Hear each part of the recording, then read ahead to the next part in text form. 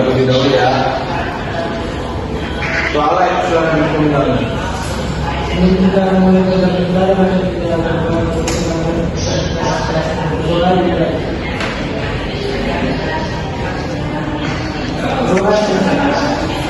Oke, baik, terima kasih ya. Jadi kita akan mengecek dulu absensi. Jadi kalau pagi silakan bilang aja ya. Pada Wasita, Alex, Tasya, Intan. Baik, semua ya. Oke, jadi Bapak ini bertanya kepada kalian semua, ada nggak yang masih ingat materi minggu sebelumnya? Kalau ada silakan angkat tangan dan silakan berikan jawabannya ya. Oke, baik, Intan silakan.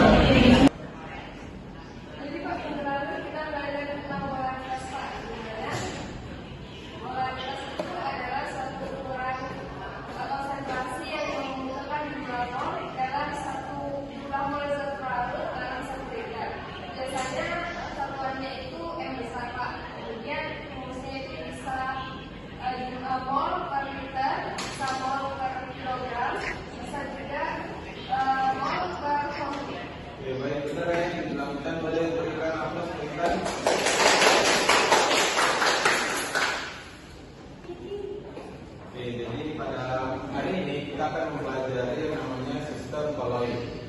Adapun tujuan pembelajaran kita pada hari ini yang pertama, melalui metode diskusi dan tanya jawab, diharapkan peserta didik dapat membandingkan koloid, suspensi, dan larutan. Yang kedua, melalui metode diskusi dan tanya jawab, diharapkan peserta didik dapat mendiagnosis jenis produk yang termasuk sistem koloid dalam kehidupan sehari-hari. Sebelumnya Bapak yang bertanya apa yang sudah mengetahui apa itu koloid? Ya, Pak. Baik, Pak Tasya silakan. Koloid itu merupakan jenis campuran benda berlarut atau terlihat seperti homogen padahal ternyata larutan tersebut heterogen. Oke, benar ya. Padahal koloid itu dia terlihat seperti homogen, sedangkan padahal dia heterogen. Jadi dia harus didiagnosis melalui mikroskop yang ultra gitu.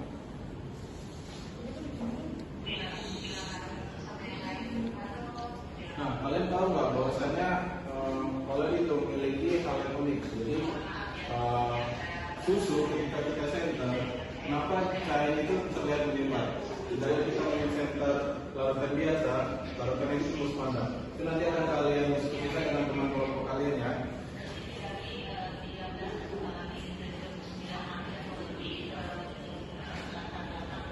Oke, kita bentuk dulu dua kelompok. Pada Intan dan Tasya bisa kelompok 1 dan Alex dan Mesrita jadi kelompok 2 ya.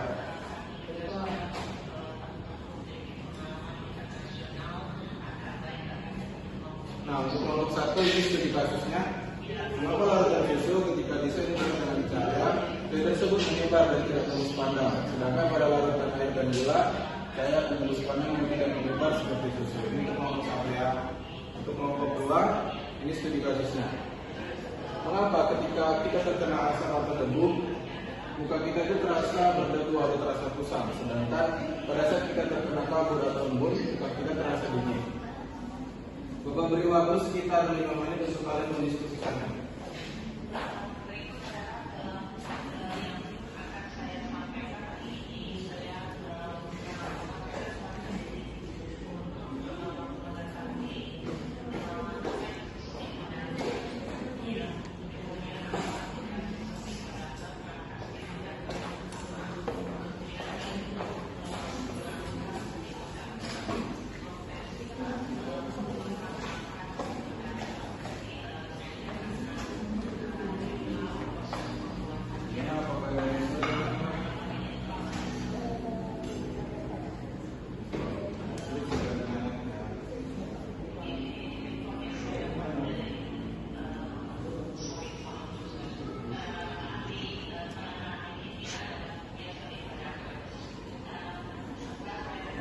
Cuma 5 menit, jadi pergunakan waktu kalian sebaik mungkin.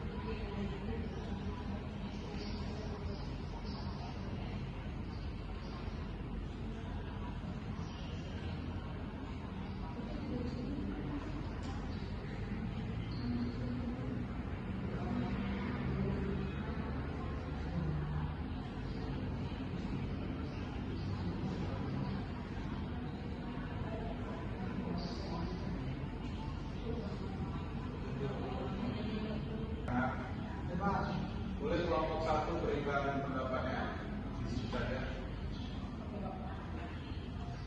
Perkenalkan diri dan berikan dokumen. Baik, kami dari kelompok 1 perkenalkan nama saya Dasar Utara Simalungun dan teman saya.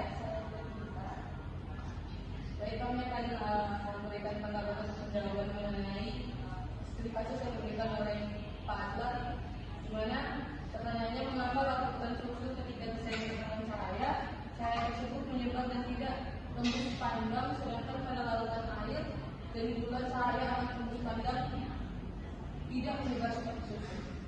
Nah itu karena adanya efek tinggal. Jadi efek tinggal ini adalah sifat polaris yang menghancurkan cahaya, sehingga cahaya tidak dapat diteruskan dan berkas cahaya tidak dapat dilihat dari samping larutan. Dan lanjutkan dengan saya.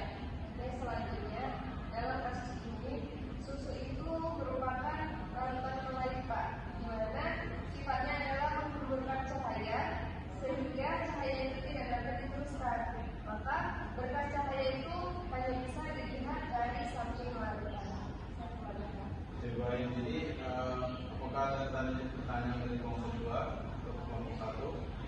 Tidak ada. Berarti jawabannya benar yang dikatakan oleh kelompok 1. Jadi adanya efek tinggal. Jadi efek tinggal itu adalah proses penghamburan cahaya. Seperti kita ketahui bahwasanya susu itu adalah polaris, di mana dia akan menghamburkan ketika cahaya masuk.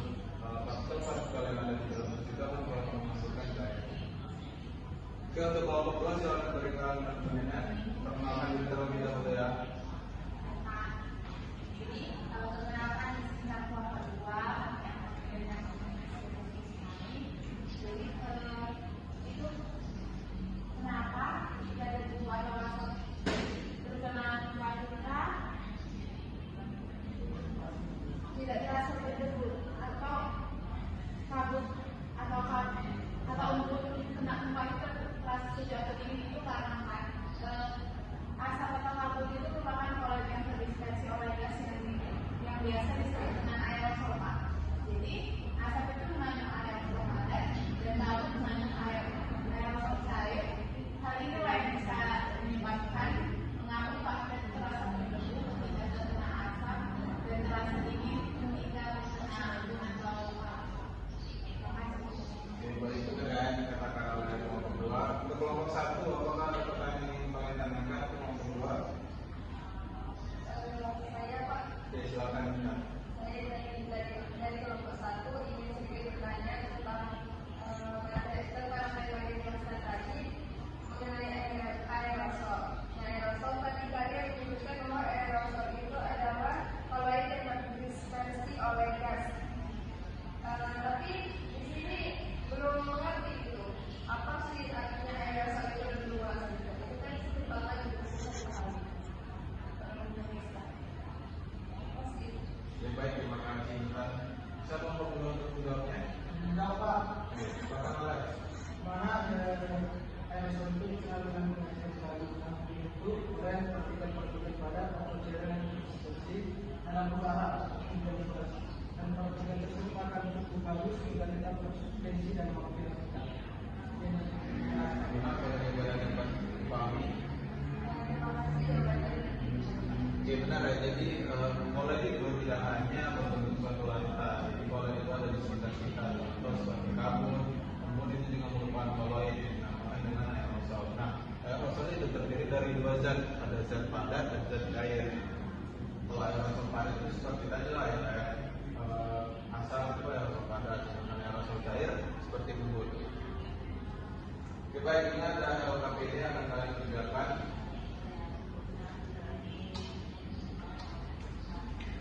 Silakan kalian kerjakan bersama teman-teman kalian ya.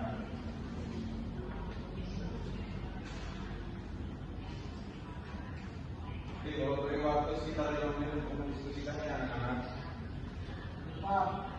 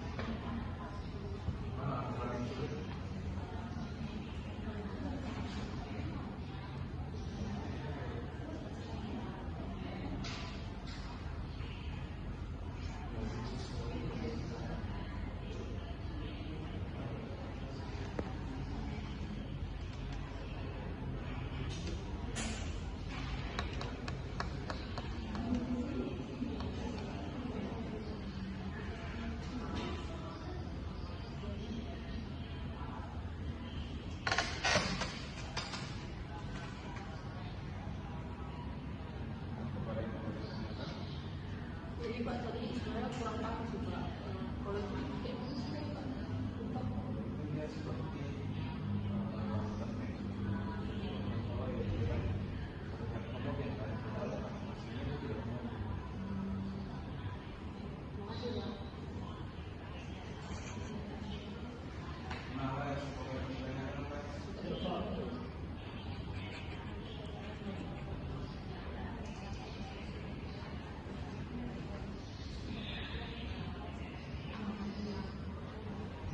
waktunya 3 menit lagi anak-anak.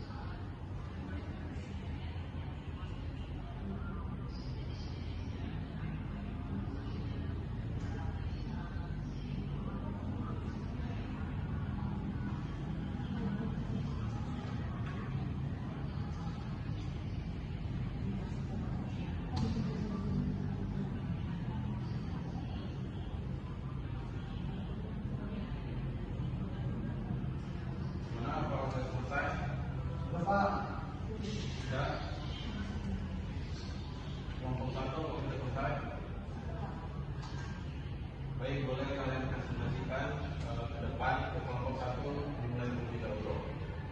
Boleh di depan dan presentasikan kepada teman-teman kelasnya.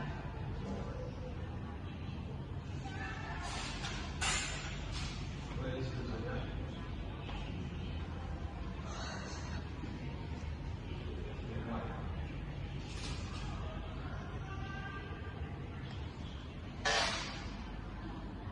Baik, perkenalkan kami dari kelompok 1 dengan saya Nasihatul Islam dan teman saya. Di sini kami akan mempresentasikan mengenai lembaga kerja yang diberikan oleh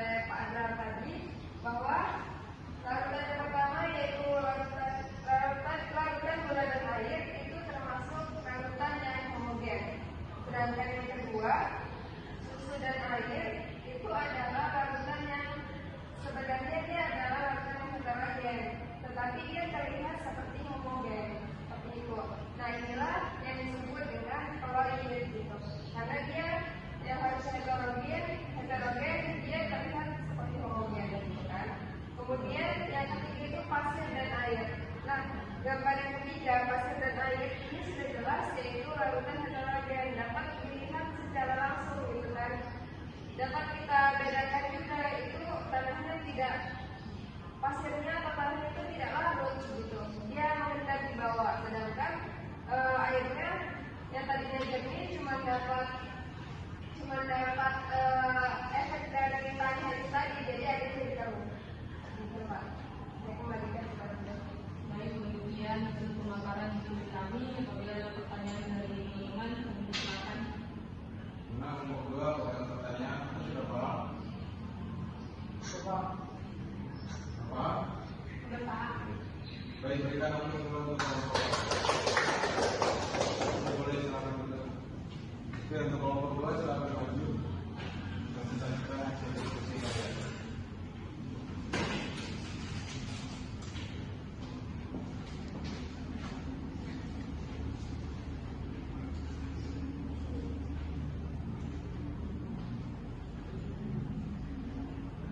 Kita kami dari kelompok dengan presentasikan diskusi kami itu dimana praktik kegiatan tersebut ini gula, air, dan susu gula air dan pada air itu praktik kegiatan tersebut itu sama atau berbeda. Jawabannya kita dan melakukan penjelasan dari kita. Baik, jadi hasil diskusi kami kurang lebih sama seperti kelompok tadi, yang mana gula dan air itu merupakan larutan yang jika gula dilarutkan dalam air, maka gula itu akan tercampur homogen di dalam air tersebut, dan itulah yang dinamakan larutan tadi. Dan susu dan air ini terlihat seperti larutan yang homogen, tapi sebenarnya mereka jika didiamkan nanti mereka akan terpisah atau mengendap gitu, dan itulah yang dinamakan koloid. Dan pasir dengan air itu merupakan suspensi yang mana pasir itu tidak dapat larut di dalam air. Sekian hasil diskusi dari kelompok 2, kami kembalikan kepada. Oke, baik. Bagaimana kelompok 1 ada yang ingin menanyakan? Baik, tadi sudah paham ya. Boleh berikan nomor. Silakan dulu.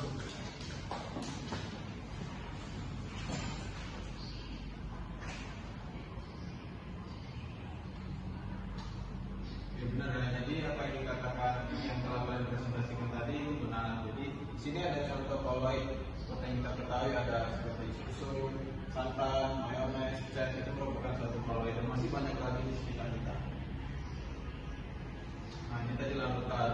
Larutan itu merupakan campuran yang homogen yang terdiri dari dua zat, di mana ada zat terlarut dan zat pelarut. Dan biasanya itu zat terlarut itu seperti kayak gula atau garam, dan zat pelarut itu seperti air. Nah, ini contoh larutan, ada air garam dan air gula. Nah, ini suspensi. Tadi yang dikatakan oleh Rosita benar ya, di mana suspensi itu adalah campuran heterogen terbentuk dari zat yang tidak larut, di mana zat terlarut berukuran lebih besar dari larutannya.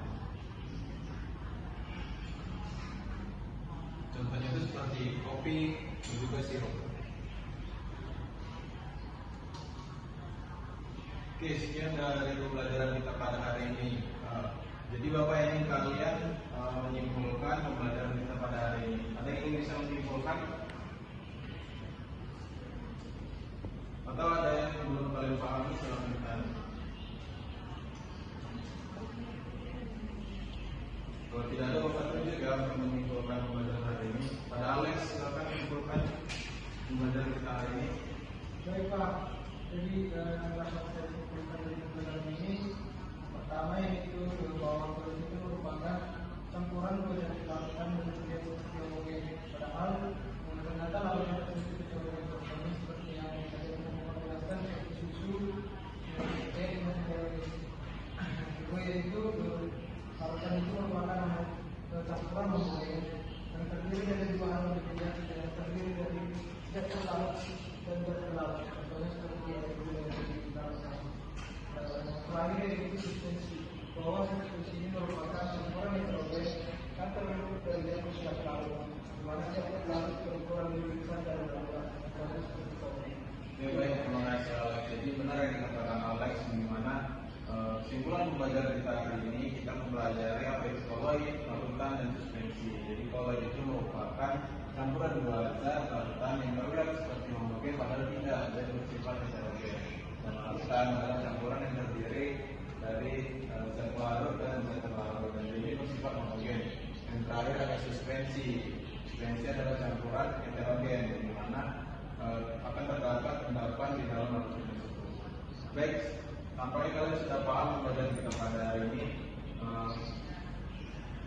Oh ya, jangan lupa minggu depan kita akan mempelajari yang namanya ansam basal. Akan dipelajari di rumah anak-anak. Oke, sebelum kita menutup pembelajaran hari ini, ada baiknya kita